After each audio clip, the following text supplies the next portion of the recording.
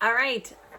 CMO, Chief Marketing Officer. Every business requires marketing.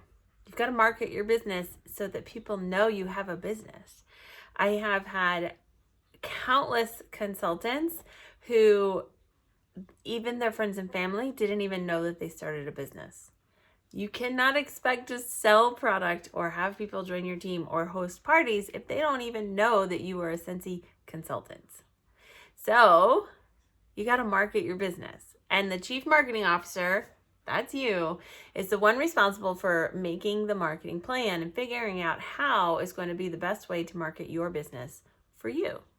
Now, perhaps you are a social media person. Maybe you're not, but if you're on social media like the rest of the world, then posting on social media to market your business is probably something you're going to do from time to time. It's a good idea. Having your own business page for your business is another cool way to be able to share things about your business and have people find you. Your business page on Facebook is searchable, so people will be able to find your business page. Consistent posting on your business page can start to draw in followers and likes, but it can't be your marketing plan solely all by itself. Because even if you have 1,000 followers on your business page, only 1% are potentially going to see your posts. So 1% of 1,000 is not very many. So you've got to have other things that you're doing in order to draw attention and draw eyes and let people know about your business and what you have to offer. Now, posting flyers about what's for sale is also not the best marketing plan. Will it get your name out there? Maybe. Will it show people what you have to offer? Sometimes. But here's what happens. Brand new consultants get super excited about all the things that there are for sale, and they post product after product and ask for sales. Here's the new thing that's for sale. It's this much money. Who wants to buy one? Here's the next warmer that's for sale. It's this much money. Who wants to buy one? By posting things like that, people will be turned off. They'll be turned off very quickly. And what happens is they unfollow you. They may not unfriend you, but they're probably going to unfollow you if they get tired of seeing your sales pitches and sales flyers and requests for sales all the time. Who wants to book a party? Who wants to book a party? Who wants to join my team? Who wants to buy some Sensi products? Posts like that are going to get you unfollowed. And if people are unfollowing you, they're not seeing your posts anyway. And then what happens is consultants get super discouraged about they're posting on Facebook, but nobody wants to buy and nobody wants to host a party and nobody wants to join their team. Well, that's because they're not seeing your posts anymore because they have unfollowed you. So what are you to do? What are you supposed to do on social media in order to market your business if you can't post marketing flyers and sales flyers and things like that? You post about you. People don't care about what you have to sell. They're not looking to be sold to on social media. But what they do care about is you. They're friends with you on Facebook because they cared about you for some reason or another, or you have some sort of connection or another. So post about you. Post about how excited you are about your new business opportunity. Post about how much fun you had at your last Sensi party.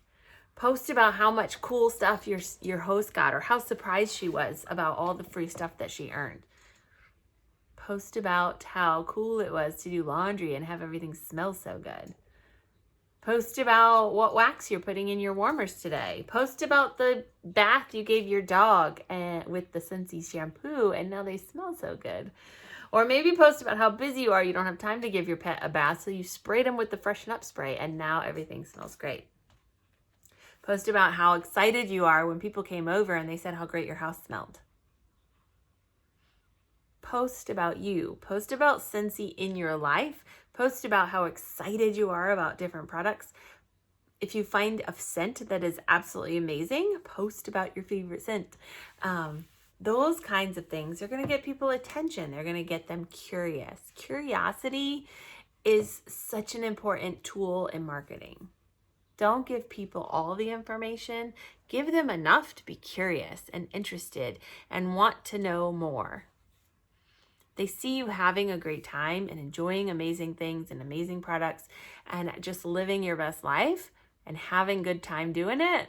They're going to be curious and they're going to want to know more. They're going to pay attention. And every time you post, they're going to be watching until one day the time is right. And then they will ask you about what you've got for sale. They will say, hey, I think I want to do that. Hey, I think I need some of that. I promise. Now, marketing and asking. So we've talked about prospecting and selling product and how you have to ask people. Those are two separate things. So even though you're marketing in this way, right, about you and your life, you still have to privately one-on-one communicate with people and ask them, do you want to have a party? Do you want to join my team? I think you would be great. You have to still ask people directly, one-on-one, in conversation of some sort. But marketing your business as a whole, that's just sharing the world what you're doing, right? Share to the world all the wonderful things that Scentsy is bringing in your life. If you think about when your friends go out to maybe and see a really great movie, what do? They talk about it. They talk about the really great movie they saw. And then what happens? Everybody else decides they're going to go check out that movie. People said it was good, so I'm going to go check it out. The same is true for your Scentsy business. Talk about how much fun you're having. Talk about how great the products are. Talk about all the benefits that you've gotten from using these products or from having your business or whatever it is. People will want to know and try that out too. Now, I also want to talk about branding for a minute. So that's social media. There's lots of ways to market your business, and I'm going to share a few links to some more videos in the description here. But I also want to talk a little bit about branding. So branding is just the way that people think of you, right? The things that remind them of you. Now remember, Scentsy is the product you sell, but when you're branding you. You want people to think of you, and when they think of you, you want them to think of Scentsy. So you also have to remember that people aren't doing business with you to do business with Scentsy. They're doing business with you. Does that make sense? They can buy Scentsy from any consultant all over the world. But why should they do business with you? Why will they connect to you? And how come they'll remember you over all the other Scentsy consultants in the world? Why should they go to your website instead of the Scentsy.com website? And that's where your personal branding comes in. What are some things that help people remember you? Some things that you can use consistently over time, things that you love. What kind of things do people think of when they think of you?